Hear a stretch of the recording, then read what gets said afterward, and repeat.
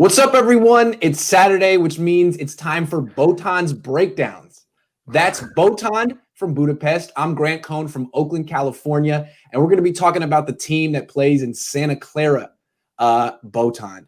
The Niners are supposed to have a game tomorrow. 6 guys on the COVID list.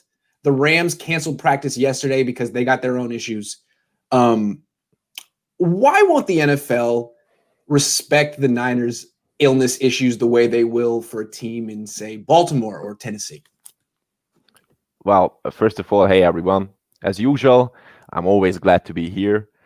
What I have to say about this is that we have talking about that about 3 weeks ago when we have talked about Jed York and how we see Jed York, how anybody else sees Jed York.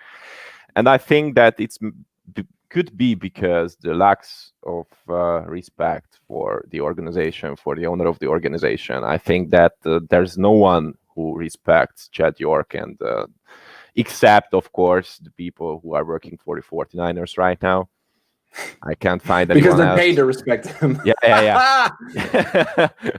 Yeah. Much. And on the other hand, I don't think that the league thinks right now that we can be playoff contenders, and there's a reason why they don't think that. There was a report that came out yesterday that the league only postpones if there's like a certain amount of players who go on the COVID list, and it doesn't matter like which players go out. Baloney. If the way I look at the league handling this right now is their attitude is, hey, 2020 is a tough year. You got to battle through this. Unless you're a really good team that might make the playoffs. And if this, one weird game where you don't have your starting quarterback, i.e. Lamar Jackson, could be the difference between you making the playoffs or not. We don't want that to be the story. So we'll postpone that. But for teams that have no chance, like the Niners, sorry, guys, that's 2020. Deal with it.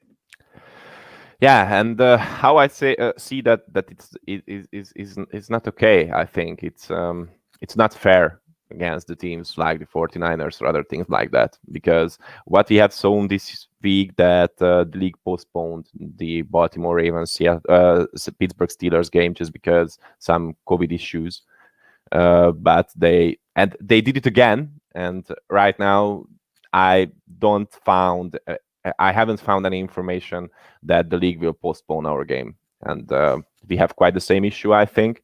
There are 6 players on COVID list. There could be more until Sunday. So I'm interested what will happen right now. Here's what Tom Pelissero of the NFL Network tweeted yesterday. And remember, he's basically an organ of the NFL's, PR wing. Okay, so he writes for NFL Network, but that's not journalism. Anyway, he goes, note, the NFL Competition Committee added roster flexibility, 16-man practice squads, unlimited IR return, etc., for issues like the Ravens' COVID-19 outbreak.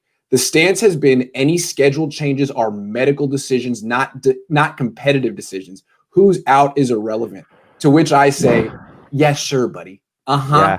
Who's out is irrelevant. We sue that. So that's the official league stance, but it's bogus. Yeah. It's all about who's out. Yeah, it's all about who's out. And that's why I think right now that it is absolutely not fair against the 49ers, because we lost our quarterback. That's okay. But right now, we lost our number 1 receiver. We could lose our left tackle, which is one of the most important positions in this game.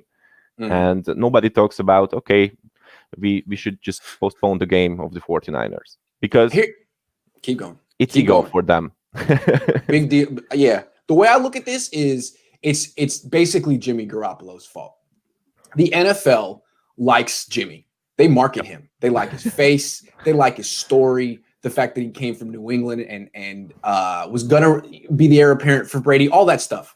If he were the Niners quarterback right now, I have a feeling the Niners would be having their games postponed because the NFL would like to promote Niner games. But since the starting quarterback's out and the backup is in and it's Nick Mullins and he's not marketable the way Jimmy is, the NFL's attitude is we don't care. We just don't care, because even if we do postpone your game, Jimmy's not coming back. So how do we make more money on this one? Why is it in our interest? That's the way I look at it. It's That's Jimmy's so fault. true. It's Nick's so fault. True. All right, staying on the same topic of COVID. Is there any chance the Niners win this game with all the guys that are on the COVID list? They have 6, including Trent Williams and Brandon Ayuk. Now, in a couple hours, one or both of those guys could be let off the COVID list, but it's looking like Ayuk definitely won't. Trent Williams, 50-50. So do you think there's any chance the Niners win this game given what they're up against? Well, if Brandon Ayuk can play against the Rams, I think then there's that is possible to win that game. If he won't, then we are in trouble. And that's the same with Trent Williams, because just in school, all the things that Justin School proved this year is that he is bad. He is not a good tackle. He is not a good option. He shouldn't be on a roster right now. And I think there's no way that it is good to start him as a left tackle. Yeah, not good. Not good. I mean, we have a chance. Eat him alive. Yeah, we have a chance, but Kyle Shanahan should use all his gadget plays, and that's a thing that he haven't done since week 6. Yes. He has to use all the gadget plays, and not just that. He has to have like a legitimate run game. That's more than just gadget plays. He needs to be able to run the freaking ball, because that's what the offense is built to do. It's what the offensive line is built to do. It's not built to pass protect. It's built to run block, and they have their guys. I mean, McGlinchey's still supposed to be a good run blocker.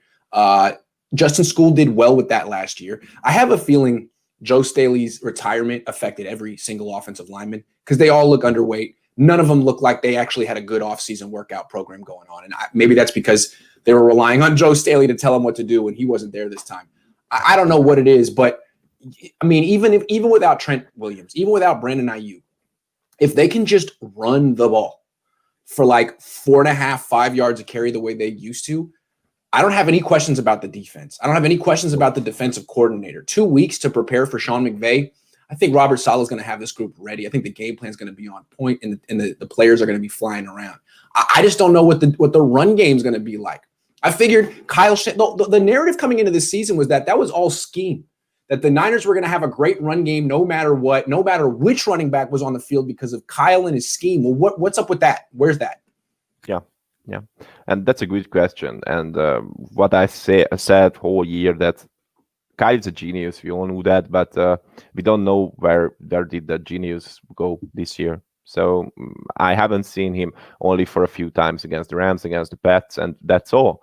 And since those games, I haven't seen the good Kyle Shanahan. What I have seen is only the bad Kyle Shanahan. Okay, there was a good drive against the Saints, but it was just one drive on the offense and nothing else.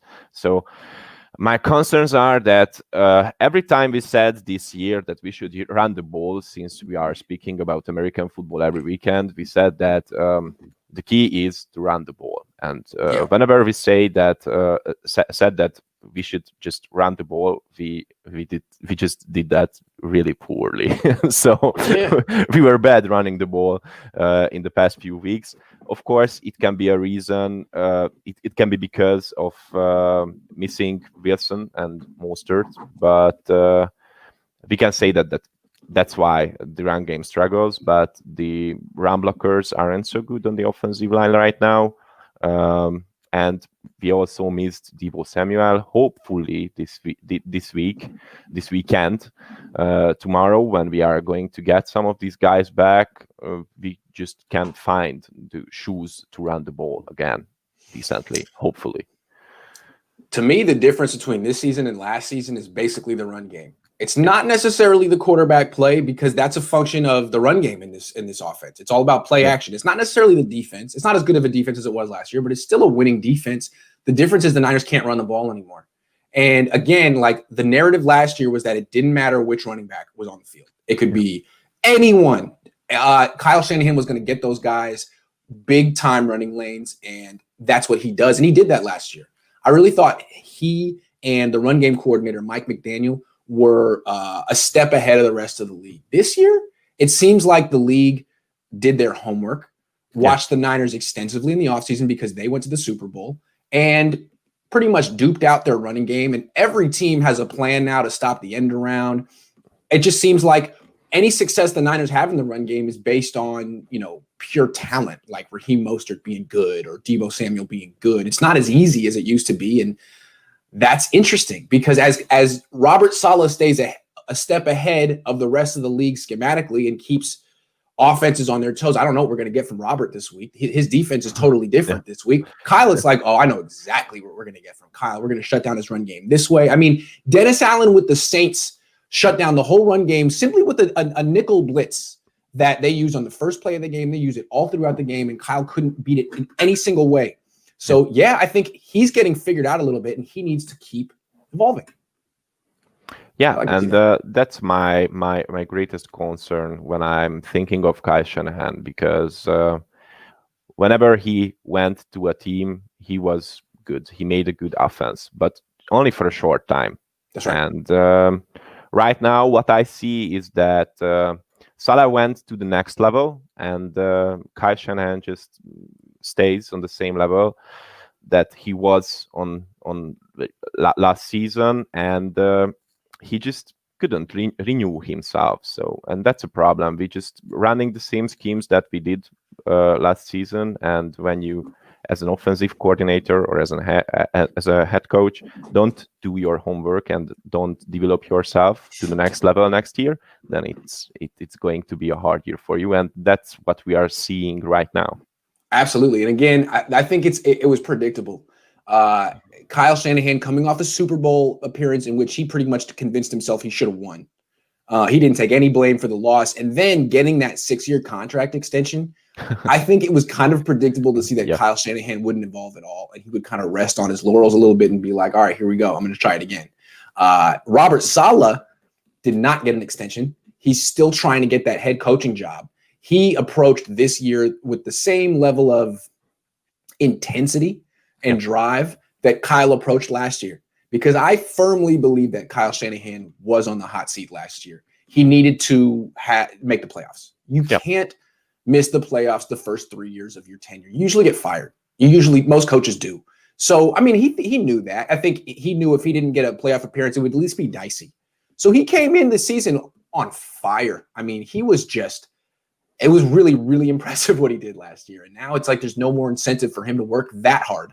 There's all that incentive for Saleh to work that hard. But Kyle, I mean, it might take a couple of years before he's back on the quote unquote hot seat before we see that performance from him. Yep. Let's hold on. We just got a question.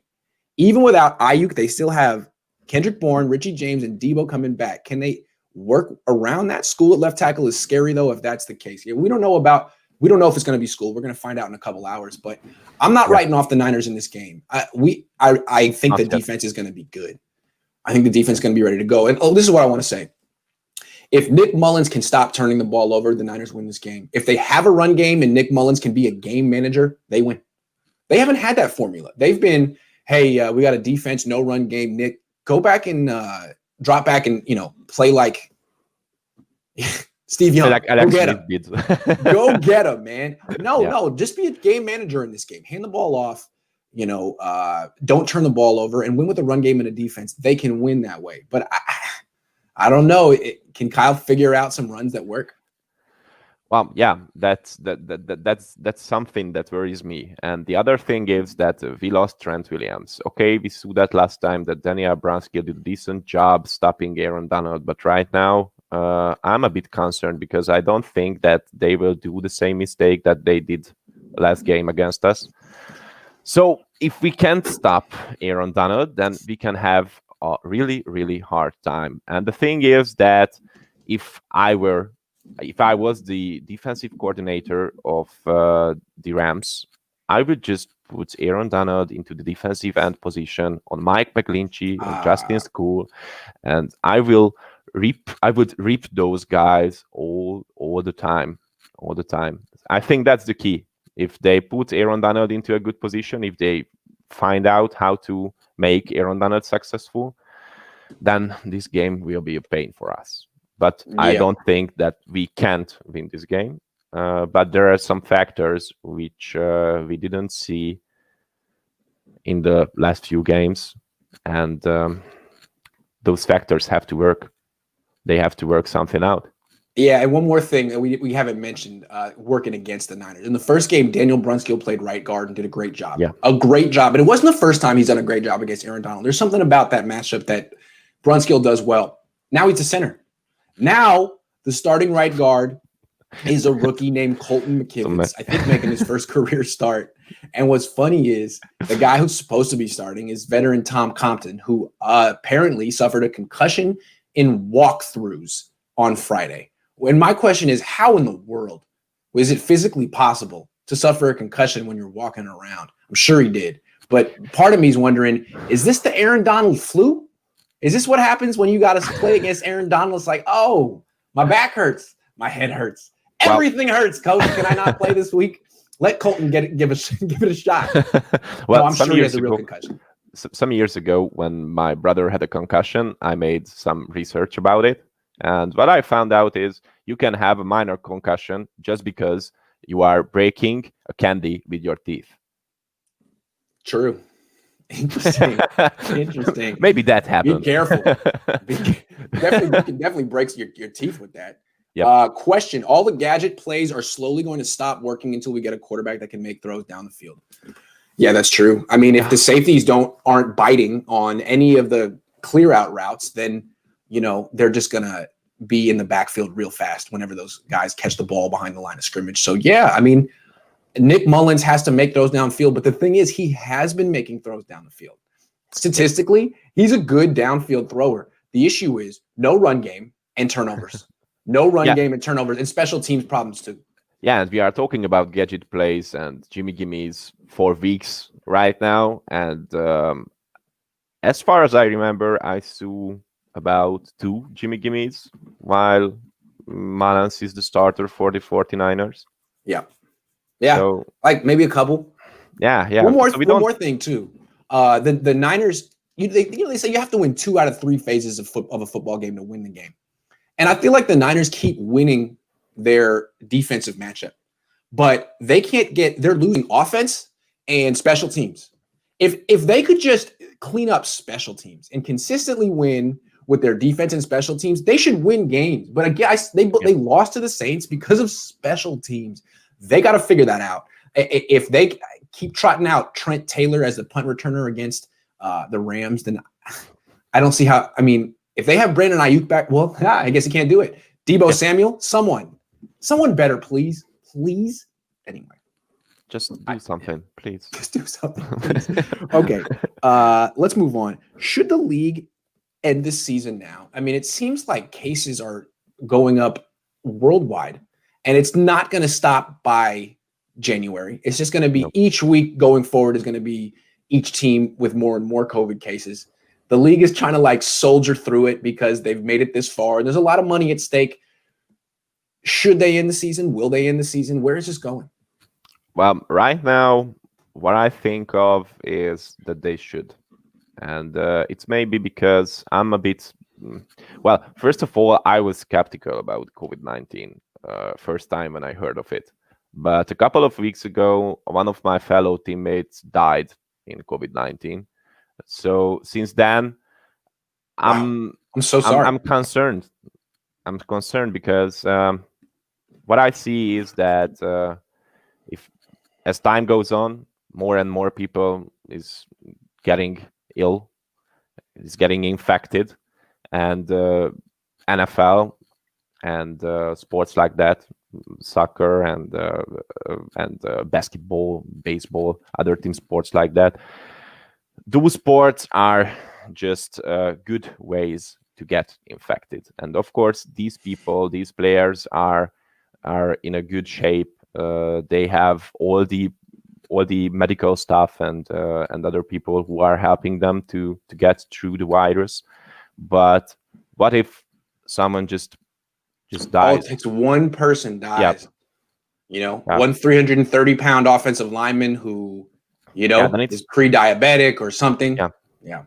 Then it's not worth it. So what I see right now is, if I were Roger Goodell, I would say that, okay, end the season right now. But I'm not him. And actually, I don't like him after all. But I'm not him. And what I understand about the decision that they won't stop the league, and any other sports league, that they lost a lot of money because of the COVID-19. Yeah. The league lost a lot of money, and if they just stop the league right now, they will also lose all the money from the TV. And with the increased quarantine protocols, I don't know what's in the US right now. In Hungary, we're just not allowed to go out from 8 p.m. until 5 a.m. In California, it's 10 to 5. Yes. Yep. Then I think what I think of is that logically a lot more people are watching football right now, so from TV they can get some money back that they have lost. Let me That's ask the only you. thing. Let me ask you.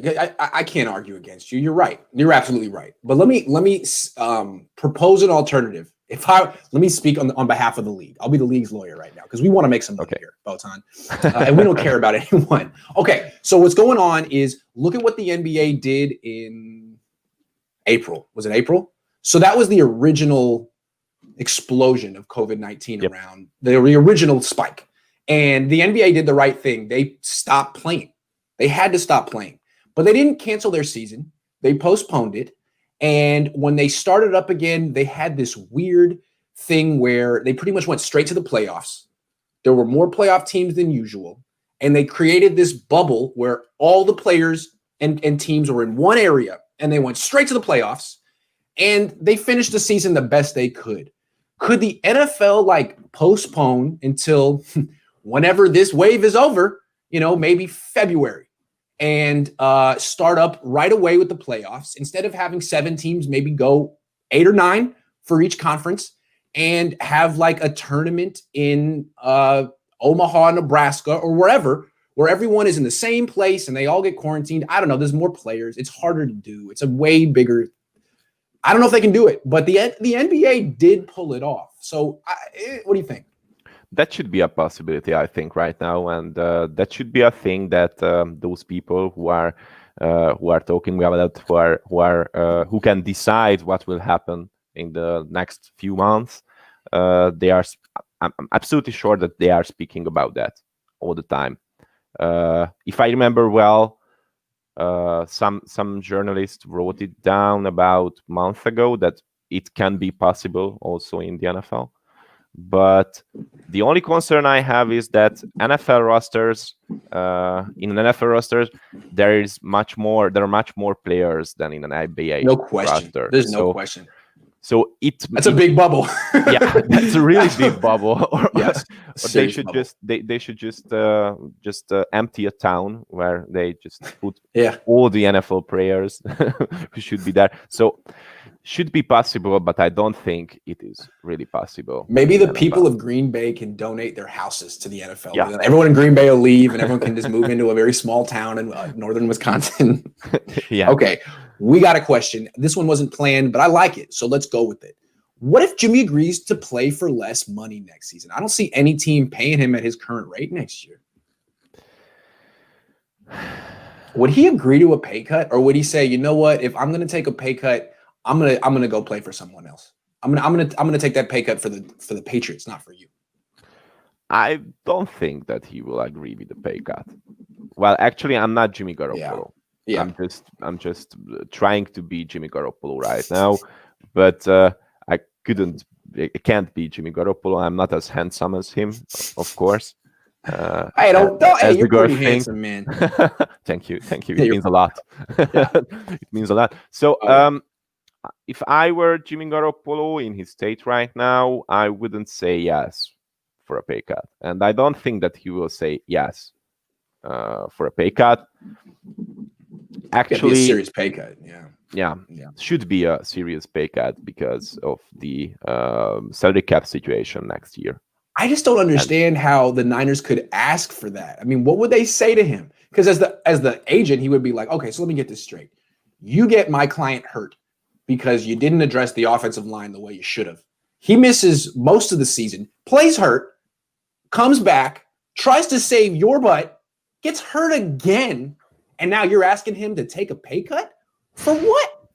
You ruined him. You got him hurt. All he did was was suck it up and play hurt and be tough and be a leader, and you're going to penalize him for that? That's what I would say if I was agent. Yeah. What can the Niners say? Hey, you got hurt, but salary cap's going down, and we still like you. You only got hurt, but you're definitely going to have to play for half of your salary next year. I don't see it coming. Nope. No. I think it's not a possibility right now. So, no, I don't think so. Nope. I don't think so. All right. Would the Niners still be a Super Bowl contender if they hand the keys to a rookie quarterback next year? That's a good one. It's a good one. That's a really good one. It's a really good one. Actually, what I think of is they can be Super Bowl contenders if they find a QB who fits into the system from the start. Right. Like if it's Trey Lance, I don't know about it. I don't know. I don't like him after all. But he's scary, dude. Yep. 313 pass attempts since high school. He's not experienced. He doesn't know how to play the position. Good athlete, though. I still prefer Kyle Trask. Me too. I was watching him this morning before we started on. He's good, and he could start right away. I actually think the Niners could win a Super Bowl next season with Kyle Trask. I do. Yeah, but we have made way more problems than the QB only. That's a good point. Right now, what I see is that, of course, we have a QB problem. Hopefully, we can get a rookie QB next year, good rookie QB next year. Mm-hmm. But which is a way bigger problem is the offensive line right now. Yeah. And even with Kyle Trask, who we both like, it is very tough. Yep. He's not mobile. If the pocket breaks down, he's not going to, sprint to the sideline and make a throw on the run like Justin Herbert. That's not his game. So, yeah, they have so many issues they got. And also cornerback, too. Yeah. Because although the defense is playing really great, they're outmatched against the Seahawks and Cardinals in particular because of DeAndre Hopkins and DK Metcalf, and that's going to be a quarter of the Niners' schedule for the foreseeable future. Got to have a big corner, too. And those are hard to find, the good ones. Hard. Yeah, but hopefully next year is going to be really filled with good cornerbacks from college. Yeah, but to me, you got to go quarterback first round, cornerback second round, and then you don't have a third round pick. You need an offensive lineman. They got to get creative. Yeah. Maybe trade down. I don't know what they do. Trade Jimmy. They can't. Trade Jimmy, please do that. Yeah, but it's interesting. It's an interesting question because no team has ever won a Super Bowl with a rookie quarterback, and there are reasons for that. It's tough. It's a tough transition. But I think Kyle Shanahan isn't going to approach this offseason as, what do I do to win to win now? I don't think when you give a coach a 6-year contract extension, he doesn't think that way. He's back in the brick by brick mode. So he can take a quarterback, start him week 1 and be like, maybe we won't win the Super Bowl this year, but what are you going to do? Fire me? What are you going to do? All I'm doing is playing the quarterback I want to develop and, fast forwarding his maturation or whatever. That's how he can sell it to the fans. But if it's Trey Lance and his 17 career college starting week 1, you can just forget about the Super Bowl next year. It's not going to happen. Maybe a few years down the line, but not next year. Yep. And what the problem, but my problem is with Kyle Shanahan right now is that what are we going to do? We are going to go brick by brick every 5 years. Mm-hmm. Yeah. What is that? What happens is every time he gets an extension, they tear it down. Okay, let's start over. Over. Well, it's just tiring me because that's not the thing that you expect from a head coach like Kyle Shanahan. What all the Niners fans thought when we signed him is that, okay, maybe it takes some years, but after that we can be constant Super Bowl contenders. And what I see right now, that it just can't happen. Okay, we have some things to talk about with Kyle Shanahan, but before we go to that, because I have like 2 Kyle Shanahan topics, and they're good. they're going to be the highlight of the show. Stick with us. I want to real quickly ask an Alex Smith question because he played on Thanksgiving. We all watched him. He's really improving weekly after missing about 2 years with a mangled freaking leg.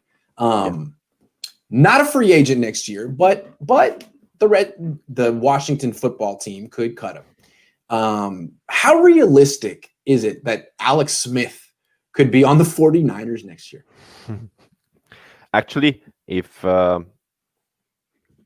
if I just think of the person of Alex Smith, I don't think that he just would come back for the 49ers, because what the Niners did to him wasn't okay. Hi, Chrissy. Well, what the Niners did to him was not okay, I think.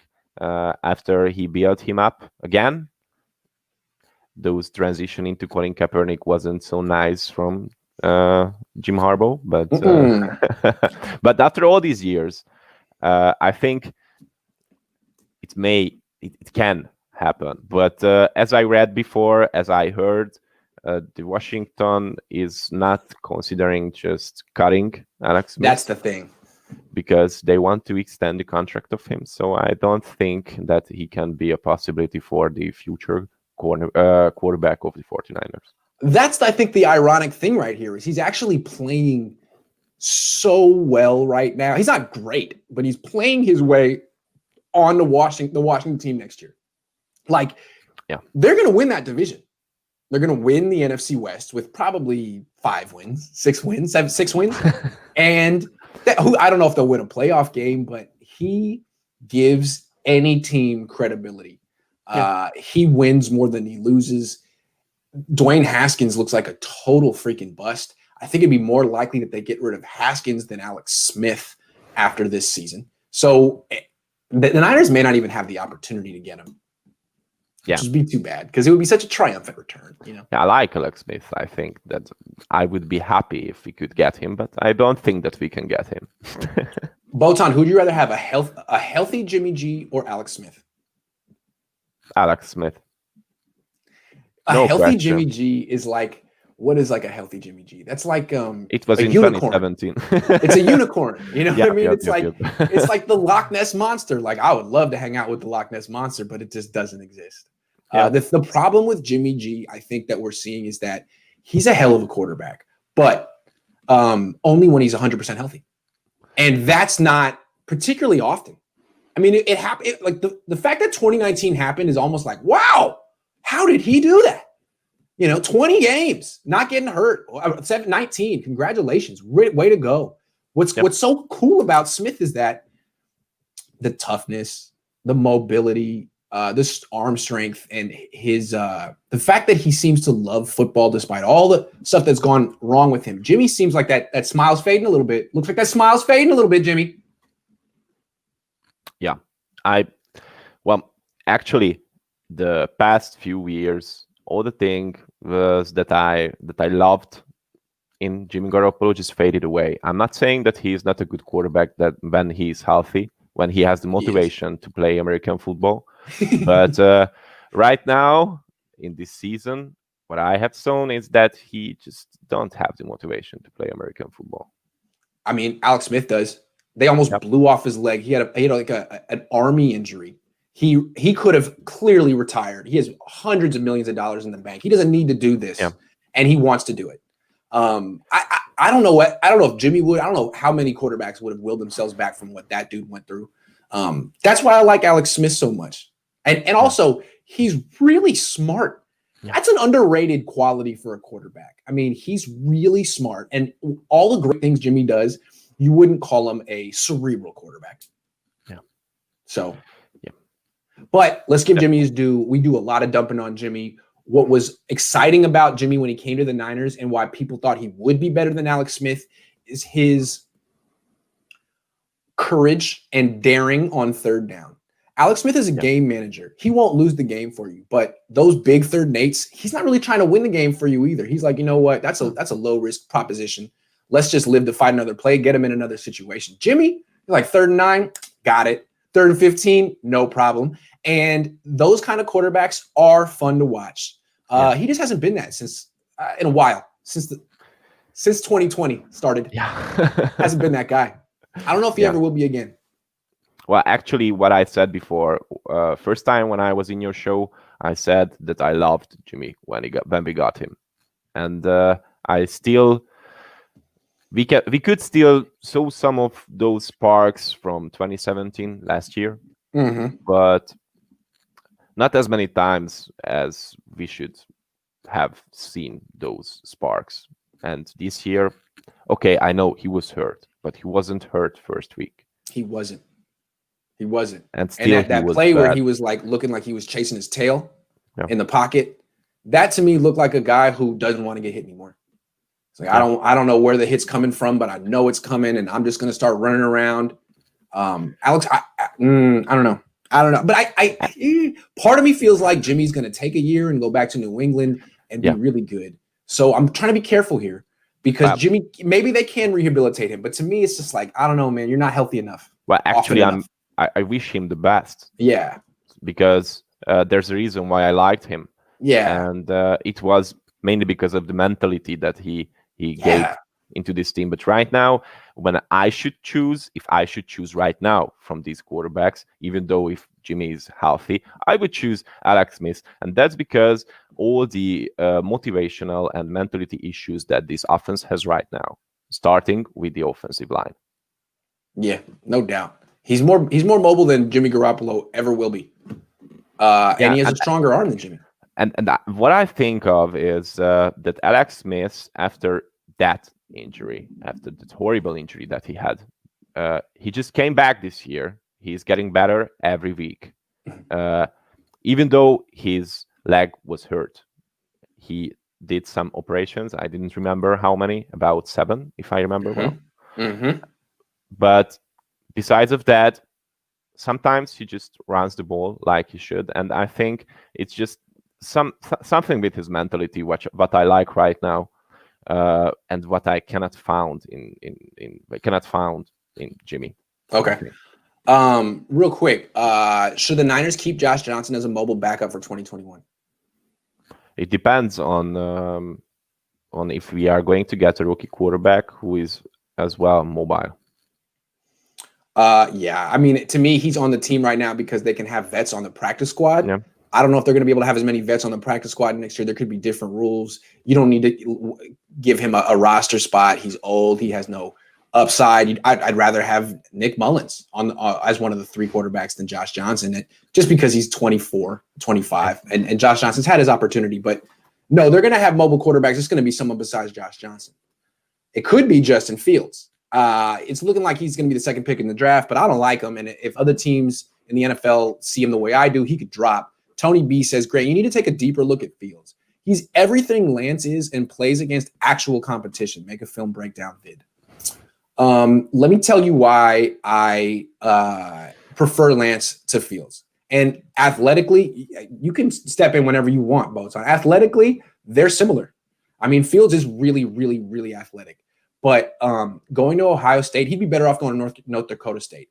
I don't care that he faces Big 12 defenses. He has the best supporting cast in college football. His teammates on offense, the offensive line, the running backs, the tight ends, the wide receivers are way better than everyone else they go up against.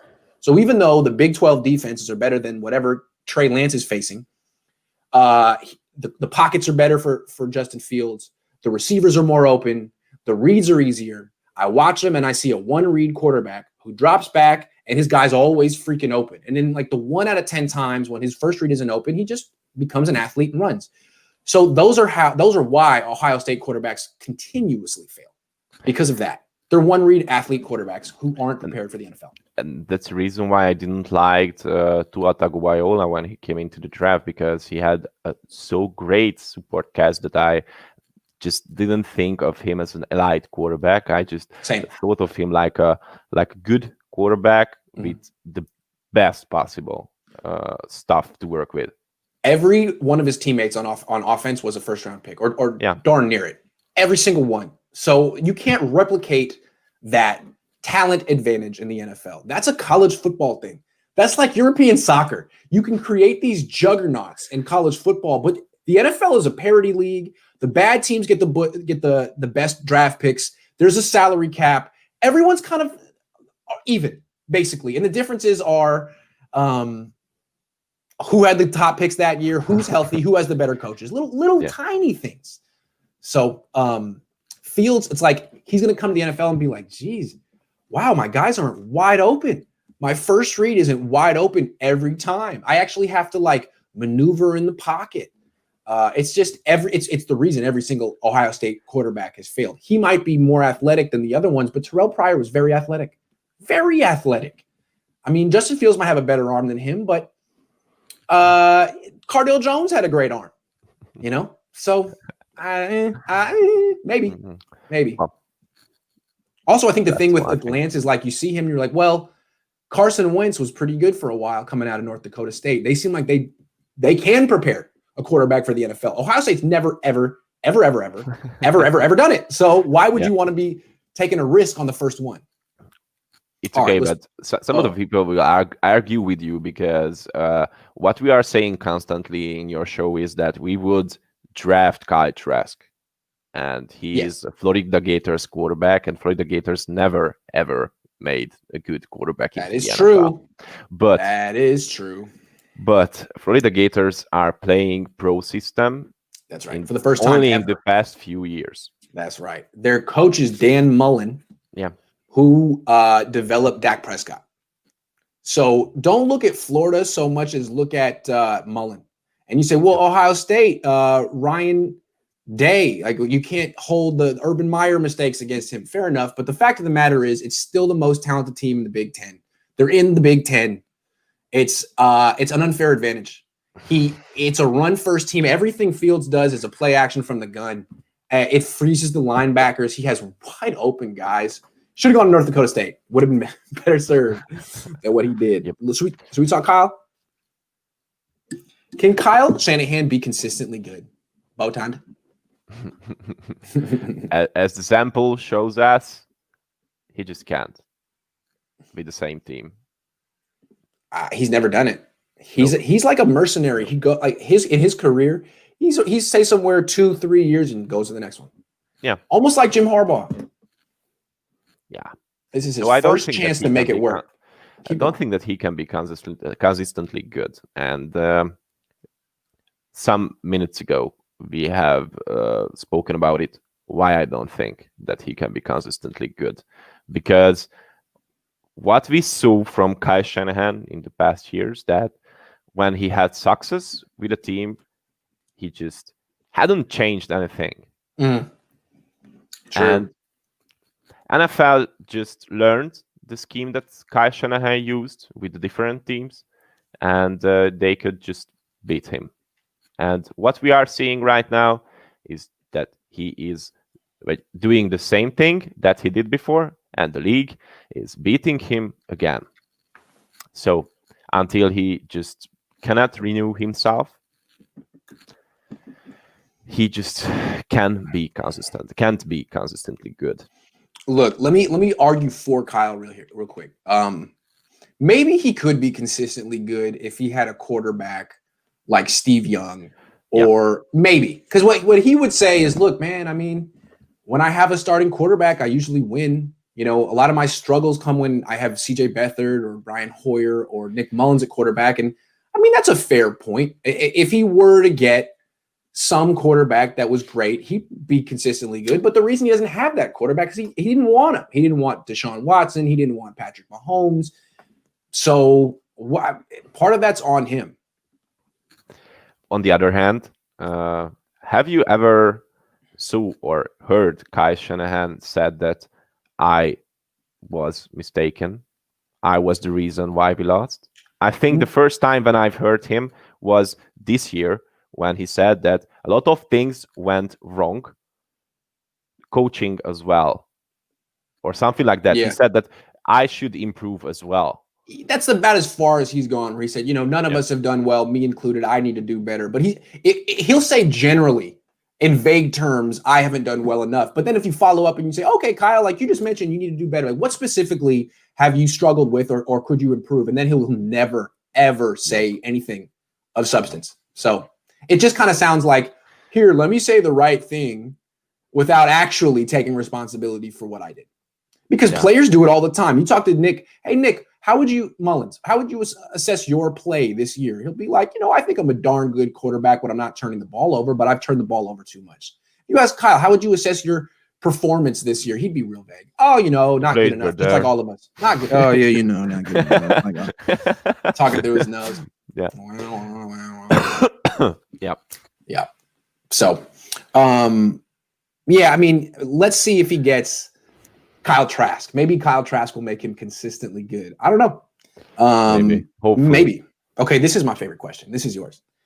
Do the 49ers need an offensive coordinator or head coach?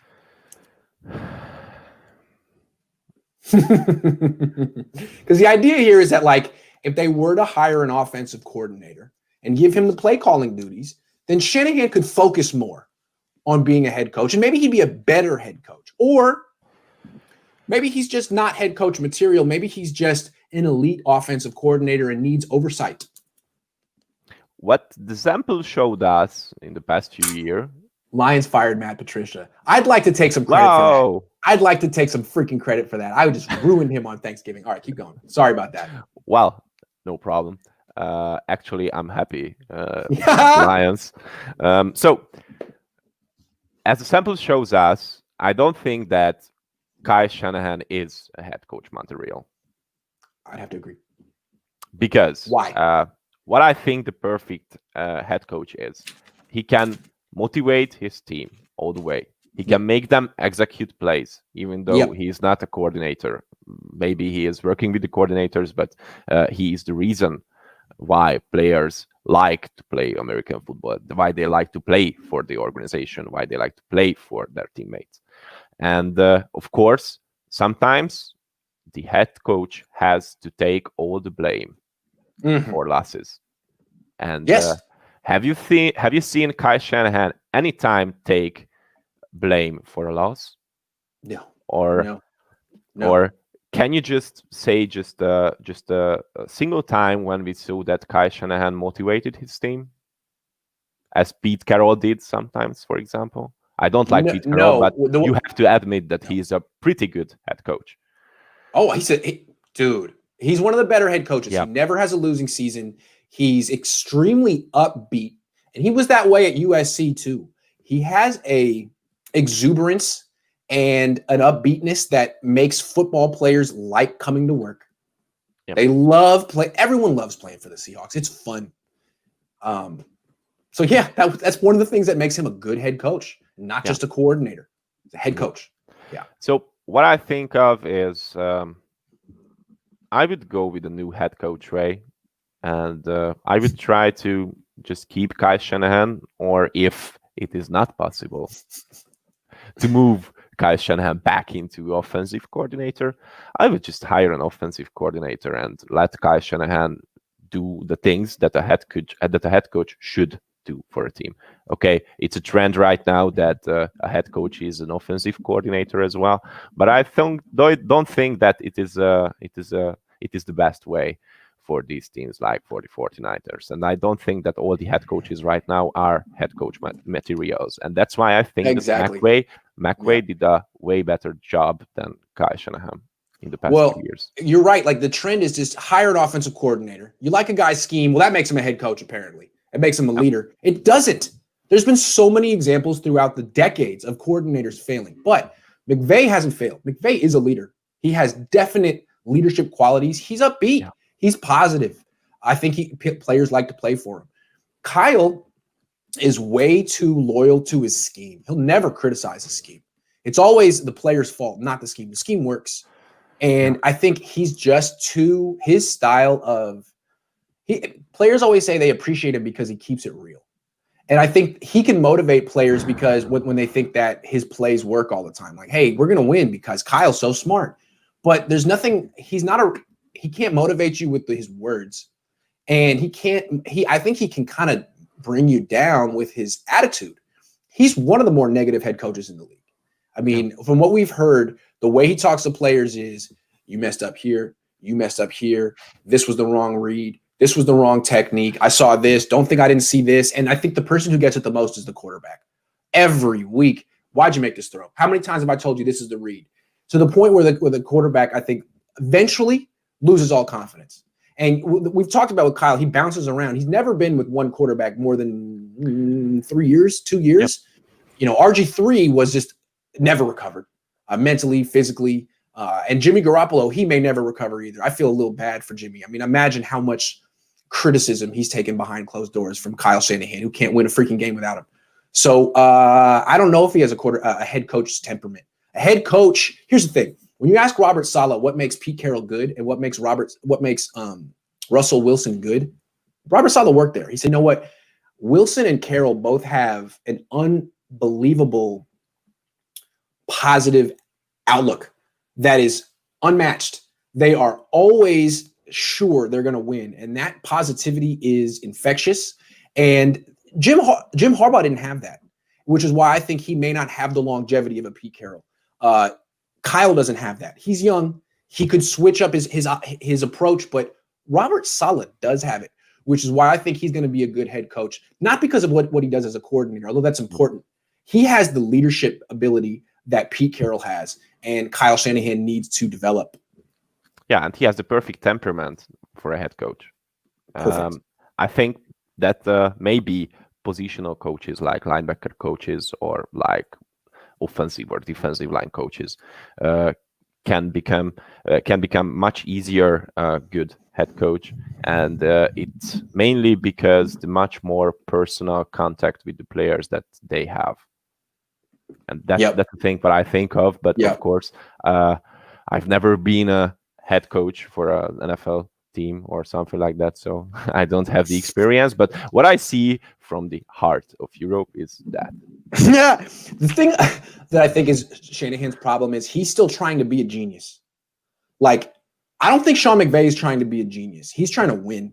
And I think you don't want to necessarily get caught up in the genius thing, because now it's like you're pushing the ball, like the big boulder up the hill, and you finally get there and it rolls down the other side. And you're constantly trying to prove yourself to be this wonderkind or something. And you're not. I mean, it's like you're constantly mad that you're not fulfilling the expectations that you put on yourself. And so what you end up being is an angry, bitter, negative coach. And what I would compare that to is look at Josh McDaniels. You know, genius, supposed to be, got a head coaching job at 32, genius, and flopped. Had some success at first, very smart guy, but people hate him. Yeah, he is not a people person, and he ended up losing a bunch of games in a row, getting fired, going back, not head coach material. Matt Patricia, genius, supposed to be a rocket scientist. You know, he is a rocket scientist. Yeah, I know. Studied under Bill Belichick. Goes to Detroit. People freaking hate him. No one wants to play for that guy. Fired. I'm sure he'll go back to New England and do a great job as a coordinator. But there's something about these geniuses who are bitter, angry, negative people. I'm not saying Kyle's bitter, angry, and negative, but he's salty. He's very salty. He's kind of like John Gruden, who's having a good year this year. But John Gruden, you know, he's gonna ruin Derek Carr eventually. I mean, he doesn't like Derek Carr. Derek Carr knows that. It's just a matter of time. Yep. So yeah, maybe they should just make Robert Saleh the head coach. Yeah. Seem like they have a good working relationship.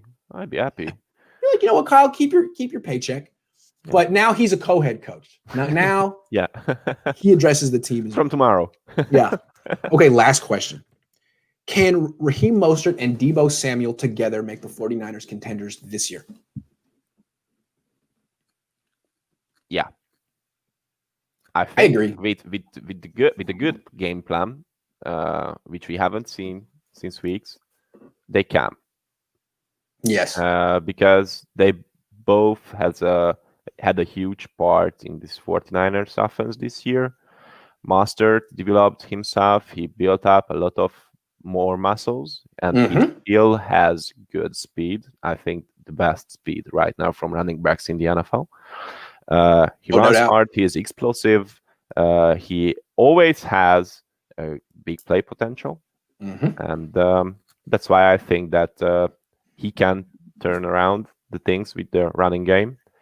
On the other hand, I said before that I think that one of the most important people in this offense right now is Deebo Samuel, and it's mainly because he can have a lot of roles in this offense. He can run the ball, he can catch the ball, and he showed that he can catch the ball against good defensive backs. If you remember last year, he proved himself against Patrick Peterson. He made a decent catch against him. So a lot of people says that he is not. A lot of people are saying that he is not good enough as a wide receiver. He is not a number one wide receiver material, but he can be not for a long time, but in short term, I think he can be a number one wide receiver until Ayuk is missing. And the other thing is that defenses are panicking when Deebo Samuel is on the field. And when we try to play some same stuff when like Trent Taylor's going in motion. Yeah. Trent Taylor. My God, They were like, okay, just Trent Taylor. Don't panic. Go don't ahead, panic, man. guys. Yeah. You're not getting the ball. Yeah. So what I think of is if Kyle Shanahan just cooks something good for the Rams game and for the rest of the season, Deebo Samuel and Raheem Mostert, they can just turn things around and make this 49ers team on the offensive side of the ball contenders again. I mean, the Niners aren't going to get George Kittle back anytime soon. Nope. He might come back for the playoffs if they make it. That's the thing about the Niners. If they could get to the playoffs and get healthy, no one would want to face him. But in the meantime, what can Deebo and Mostert do for them? Well, we know that Nick Mullins isn't good enough to carry this offense without them. He's just not. I mean, most quarterbacks probably would struggle without a run game and Deebo. But with Deebo, I think it's interesting. He's played mostly with Jimmy Garoppolo, who hasn't been a downfield thrower since 2017 or something like that, 2018. He's been dinking and dunking since 2019 started. Fine. And that's how they use Deebo Samuel, and he was good with that stuff. Nick Mullins likes to throw the ball down the field, looks to throw the ball down the field, and is effective. He's efficient throwing the ball down the field. He's had more trouble throwing the shorter stuff this year and checking down and things like that. So we actually might see a new side of Deebo Samuel. We might see him expand his game because he's not constantly being thrown passes behind the line of scrimmage. So there's that. Nick Mullins might bring out the best in Deebo, the way that Mullins brought the best out of Kittle. If you look at Kittle's numbers historically, best with Mullins. Okay? Because he's very aggressive throwing down the ball down the field. He's not a game manager, really. He's aggressive. He's the heir apparent to Brett Favre at Southern Miss. And then Mostert has had issues with durability. You never know how long he's going to stay healthy, but when he's on the field, he averages 6 yards a carry no matter what. No matter what. No matter who's blocking, who's the quarterback, if Deebo's there or not, he's just consistently really freaking efficient. And the thing about Mullins is he's only played one game with Mostert. It was his debut against the Raiders 2 years ago. And that was the best game Mullins ever played. Having Mostert on the field makes the quarterback job so much more easy. So I think if you get Deebo and you get Mostert, all of a sudden Mullins isn't the reason the Niners win or lose anymore. He's just distributing the ball the way that Jimmy was last year. And absolutely, I think they can be contenders with those two guys. Yeah.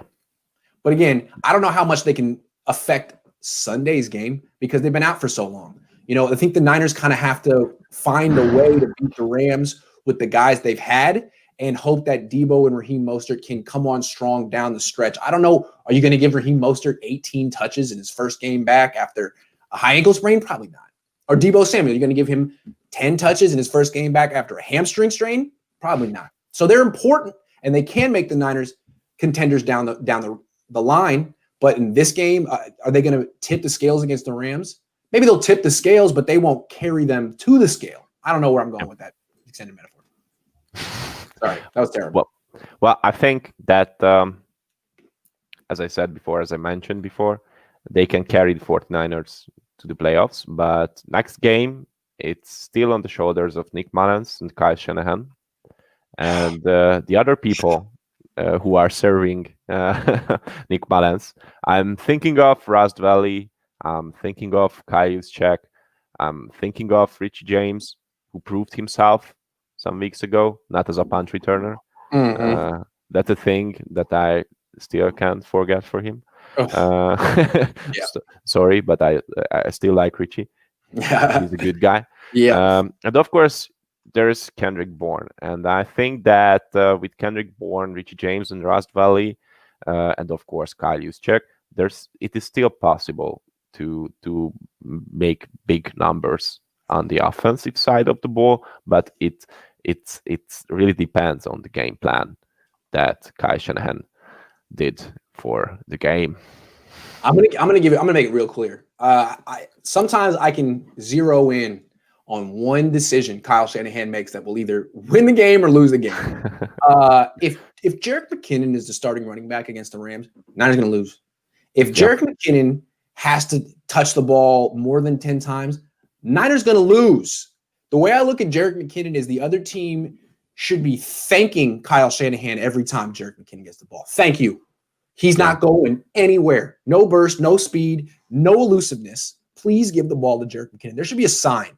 The defensive coordinator for the Rams, Brandon Stokely, should just hold a sign and say, please, number 28, every single time. As long as Kyle Shanahan just gives them like 3 or 4 touches, and that's it, sprinkles them in here and there, Niners should be fine. If it's the Jerick McKinnon show, that means maybe they're tanking. Maybe they're losing on purpose. I'm tired of Jerick McKinnon. He should not be in the NFL anymore. Sorry, dude. Sorry. Let someone else pursue their dream. It ain't happening. Jerick McKinnon. And same is with Jermichael Hasty. I've had high expectations when I first saw him play for the 49ers, but the past few weeks he was bad. He was almost as bad as Jerick McKinnon. And then he broke his collarbone, so he's out. Austin Walter looked better. Walter, Raheem Mostert, Jeff Wilson Jr. The only 3 running backs, and Kyle Juszczyk, those 4. Maybe 2 carries for Jerick McKinnon. Maybe if the first one's okay. If the first one's okay, he gets a second one. That's it. That's it. I mean, when he got to 17 touches, I think, before halftime against the Saints, I was like, Kyle's trying to lose. I don't care. He's trying to lose. That's tanking. Yeah. I think that it's the same with this game, like I said before with the recent games, that we can just tell after the first play, after the first drive, if Kyle Shanahan wants to win the game. Yeah, or not. How bad he wants to win it, of course. Yeah. or he just wants to tank for it. Well, I do think Kyle Shanahan always has a little bit of like extra motivation against Sean McVay. Yeah. For a lot of reasons. So I think we're going to see the best of Saleh. We should see the best of Shanahan. I'm picking the Niners to win. Although I still don't know if Trent Williams is going to play. That's going to make a big difference. We'll see. Yeah, I just can't pick the Niners to win the game. I'm sorry. Botond, I think that's it. I think we've reached the 1 hour portion of the show. This was by far our best. This is a Hall of Fame Botond. Thank you. Absolutely. Thanks for the opportunity. It's Botond's birthday. Happy birthday, Botond. Thank you. Is it not your birthday, or is it just your birthday party day? It was just a birthday party day because I have some friends and we have birthdays on the same week, and that's why we celebrated that this year. This day it was on Wednesday, and I went into 28. So, well, congratulations! Thank you. Congratulations! Happy birthday, and thank you everyone for watching. We'll be back next Saturday. Thank you guys. Have a nice weekend, and hopefully we can have a nice game against the Rams. Bye.